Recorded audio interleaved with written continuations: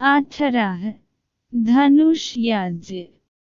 धनुष याज्ञ मिथिल नरेश के वाहन से विदा हो जाने पर ऋषि विश्वामित्र राम और लक्ष्मण को लेकर यज्ञ मंडप में गए।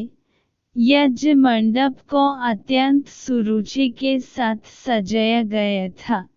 उस भव्य मंडप को देखकर लगता था मानो वह देवराज इंद्र का दरबार हो। देश देशांतर के राजा महाराजाओं के बैठने की अति सुंदर व्यवस्था की गई थी।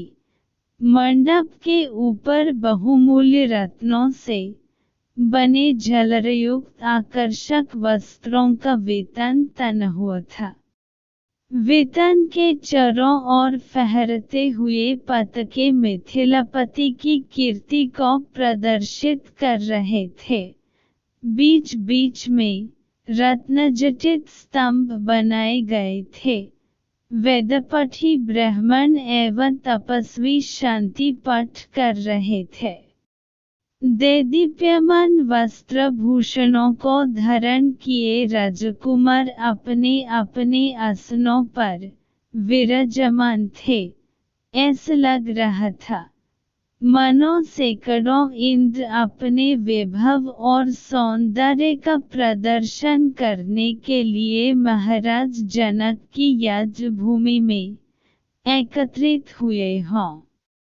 इस सौंदर्य का अवलोकन करने के लिए जनकपुर की लावण्यमयी रमणियान अपने घरों के झरोखों से झांक रही थी।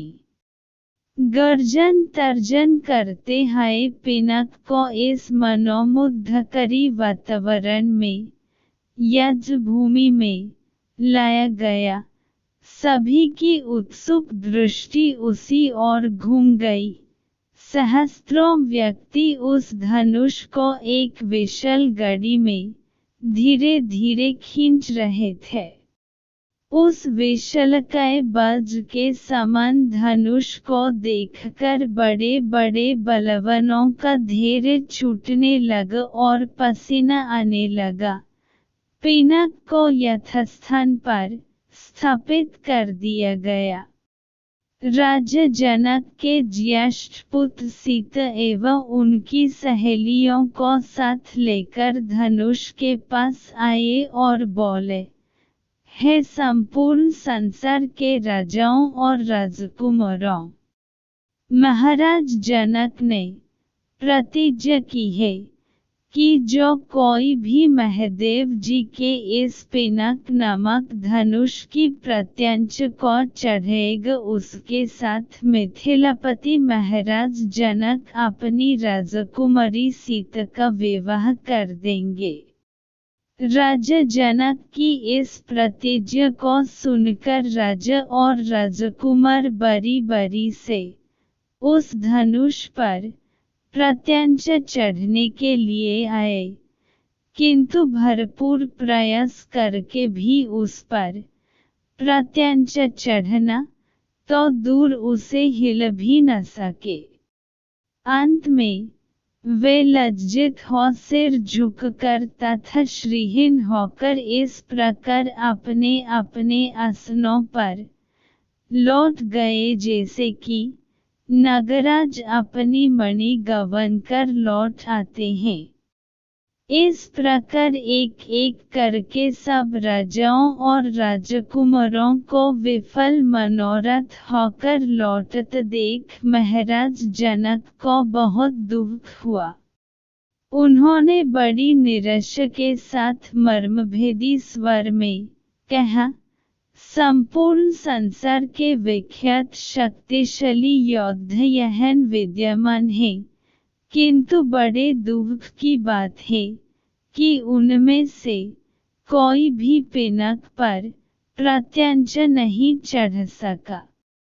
उनकी इस असफलता को देखकर ऐसा प्रतीत होता है कि पृथ्वी शूरवीर क्षत्रियों से खाली हो गई है।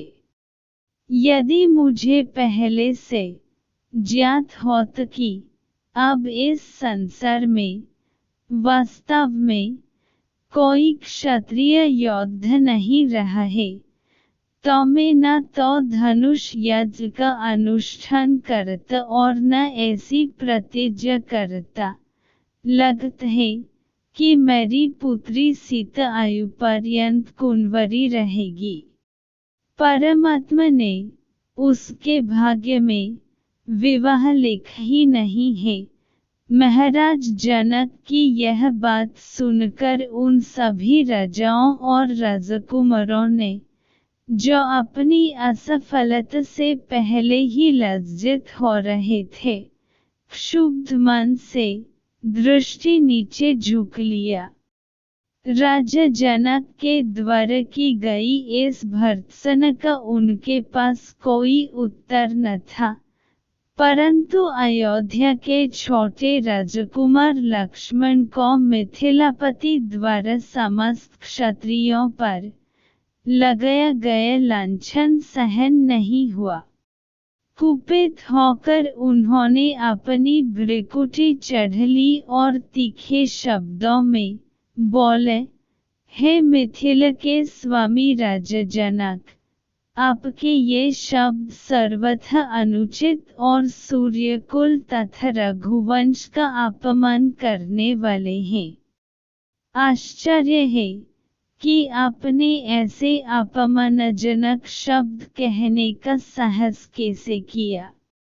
जहन प्रतापी सूर्यकुल का साधारण व्यक्ति विद्यमान हो, वहन भी कोई इस प्रकार तिरस्कार भरे शब्द कहने से पूर्व अनेक बार उस पर विचार करते हैं। फिर यहन तो सूर्यकुल के मणि श्री रामचंद्र साक्षात विराजमान हैं। आप शिव के इस पूर्ण पिनाक की इतनी गरिमा सिद्ध करना चाहते हैं। मैं बिना किसी अभिमान के कह सकता हूँ कि इस पूर्ण धनुष की तो बात ही क्या है। यदि मैं चाहूँ तो अपनी भुजाओं के बल से इस धनुष के स्वामी महादेव सहित संपूर्ण सुमेरु पर्वत को हिल कर रख दूं।